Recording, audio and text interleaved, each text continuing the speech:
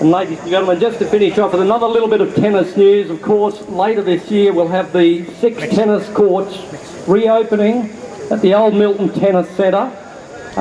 We'll have the original Stephen racket back at the front part of the naming section along Milton Road. And of course that will be the Roy Emerson Tennis Centre that will be named. The overall park there will be Frew Park, named of course after the first president of Queensland Tennis, president for 20 years in Mr Frew. So look forward to that one towards the end of 2014.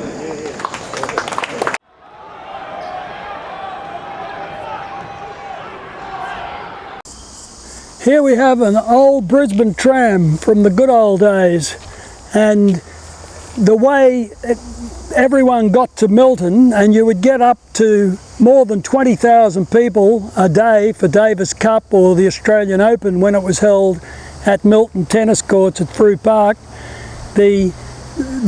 Everyone went by tram because they held hundreds of people. They'd be hanging off the sides, and the tram went straight down the hill past the entrance to the Milton Tennis Courts.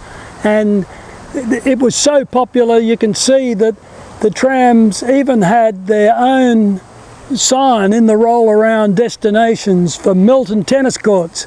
And this is how my mate Ken Fletcher and Billy Lee Long, when he came down from Cairns when he was 10, would get to the courts to practice and play and become the champions they were. Afternoon, ladies and gentlemen. I'm here with Billy Lee Long. And Billy, one of the most extraordinary facts I've come across today in our interviews is the fact that the reason Ken Fletcher was in Hong Kong was because of you and your role in his life in that critical period. Could you sort of tell us a little bit about that, if you don't mind? Well, Kenny and I knew each other when I was 10 and Kenny was 8, and I came to Brisbane for the very first time and played at Milton Tennis Centre. And so we've known each other since we were little kids, and of course in those days we were always skint, and so that famous word of being broke all the time. So we learned to share lots of things. If we had 2 shillings between the two of us, we would buy a milkshake and we'd share it. So when in 1964, when the Australian team was banned by the Australian World Tennis Association from leaving the country until April 1st. Kenny, with 4 of the other boys, left because they wanted to earn some extra money from playing exhibitions and tournaments overseas. Realised in those days the boys were all on £25 a week. So they could make £25 each exhibition and play 6 exhibitions a week. So they were all anxious to get to America, or the Caribbean, or to Europe. So when Kenny was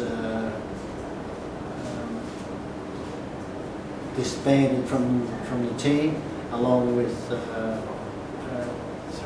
Bob Hewitt and Martin Mulligan, and 2 others.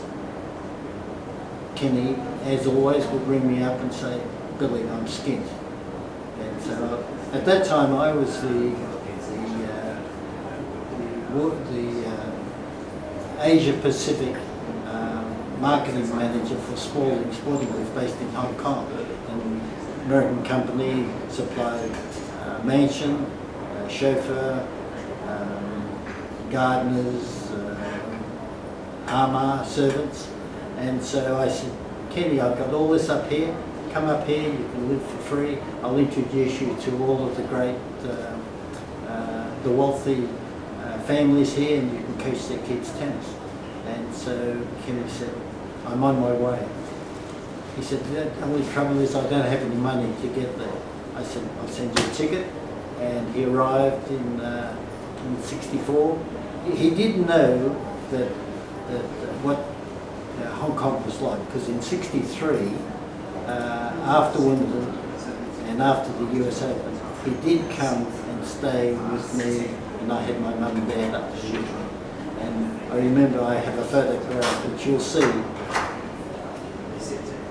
Kenny and I sitting on the top of Hong Kong, of the peak, and Kenny saying to my mum, Mrs. Lee Long, Billy and I will learn all of this someday. So that's how Kenny came to Hong Kong. Great story, absolutely great story. Thanks a lot for that, Billy.